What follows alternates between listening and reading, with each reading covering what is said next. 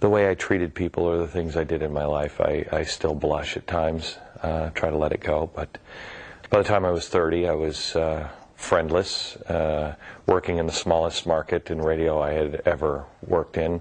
I mean, even at 15 years old. Hopeless alcoholic, using drugs every day. My family was just a shambles. The biggest change was I was trying to find a job. Nobody would hire me. Nobody believed that I really changed my ways, and couldn't get an agent to represent me or anything. I looked for about 2 years to try to find an entrance into talk radio. And my wife-to-be, said she wouldn't marry me unless we had a religion that we shared. And I said, well, I can't do organized religion. It's all about manipulation and power and money and everything else. And she said, well, I'm not going to marry you. And so, you know, like every guy does with absolutely no spine, I said, okay, we'll go to find a church. And we went on a church tour, and we went to everything. I mean, I went to churches where, and I'm not kidding, the sermon on Sunday was delivered by an atheist, which was an interesting concept. But my wife actually said, I'd like one that actually, you know, believes in God. But a friend of mine called me and said, you know, how long have we been friends? And I said, why? And he said, well, you really going on a church tour? And I said, oh, freak boy, calm down. I ain't going to your church. He's a Mormon. And I said, there is no way I'm going to be a Mormon. And he said, you owe it to me and my friendship. We've been friends through thick and thin for 20 years. You owe it to me to go one Sunday. And I said, okay, what time? And he said, 9 to noon. And I'm like, oh my gosh, 3 hours? What are you, insane? I said, you know, if your God can't get it done in 1 hour like everybody else's God, he ain't powerful enough. So we went, and my daughter, who has cerebral palsy, she went, and, you know, the kids weren't really digging the church tour thing. We were walking out, and my daughter said, you know, I'd like, can we come back there? And my wife and I stopped dead in our tracks and said, what? And she said, it just feels so warm inside. And so we started to go, and because, you know, we figured, okay, well, you know, kids like it. And it was about 6 months later that I was sitting in a meeting, and one of the guys who I've dubbed the Amazing Mr. Plastic Man, because he was the happiest guy ever to meet us. He was like, hey, the first time he met us, oh, I just love you so much. And I'm like, oh, give it a rest, brother. I mean, you'll hate me in 10 minutes, please. I spent my whole life hating me. And he was talking in Sunday school, and he was talking about the concept, which I'd never heard before, of Zion. And he said, how does this happen? How do we get there? And he said, I mean, a still powerful memory, he said, the only way this happens is if I truly love you and you truly love me. And we may not agree with each other, but we love each other. And I realized that he was the most genuine person I had ever met.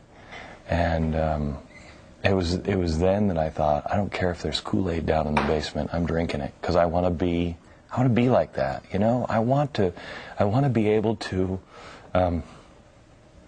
genuinely love someone the first time I met them. What a great goal that is.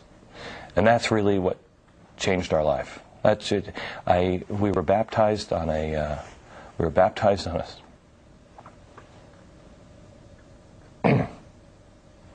baptized on a Sunday, and on Monday an agent called me out of the blue, and he said, I hear you're trying to do talk radio. And I said, yeah.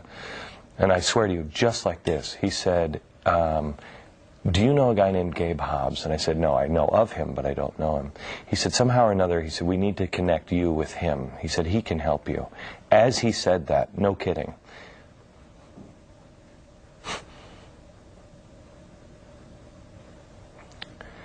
my caller ID went off, or my call waiting went off, and I reached over and I said, hang on just a sec, George. And I said, hello, and he said, the voice on the other said, Glenn Beck. And I said, yes. And he said, this is Gabe Hobbs. And I went back to my agent, and he said, wow, do you ever feel like someone upstairs is watching over you? And I said,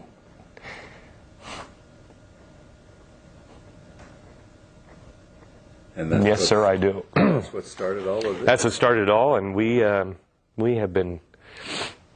We just feel we are just so greatly blessed every step of the way. It changed everything. I was a hard drinking, hard living, hard talking man. I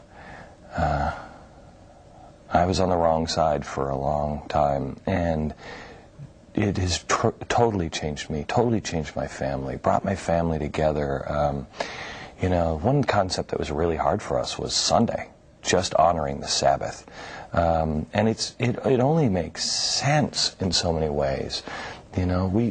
Our favorite day of the week now is Sunday, because there's nothing going on except celebrating the family. Having real perspective of what's really important. It was about a year ago, I asked the kids, I said, what's the best part of our family? And they said, Sunday. Being able to be together and just being a family, Sunday. It's your refuge from all of this. It is. It is. I know it. I would be, I wouldn't be here. Without it. I would be a drunk without it. I wouldn't have my family without it. And I couldn't do it. You can only, it only makes sense to be able to, it's like kind of like, you buy a car, you get an instruction manual. And guys never read it, and I never read it most of my life. Now that I find the instruction manual, it only makes sense. Power down. Keep things into perspective. Really, I think one of the things I think of all the time is cry out to Him. Cry out. And I try to I try to have my relationship that way with Him. Being able to just really be as passionate and as personal with Him as He has been with me. And just to say, look, I am really struggling with this. Help me. And it's remarkable. Remarkable. I'm lucky enough.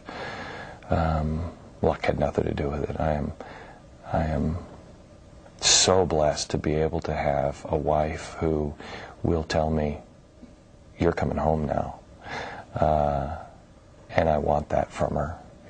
She's the strongest, most remarkable person I am.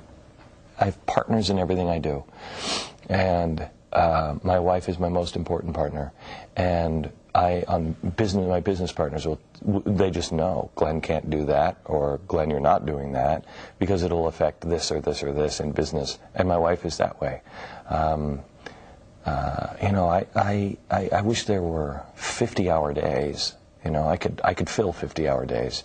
I just need someone to help me say,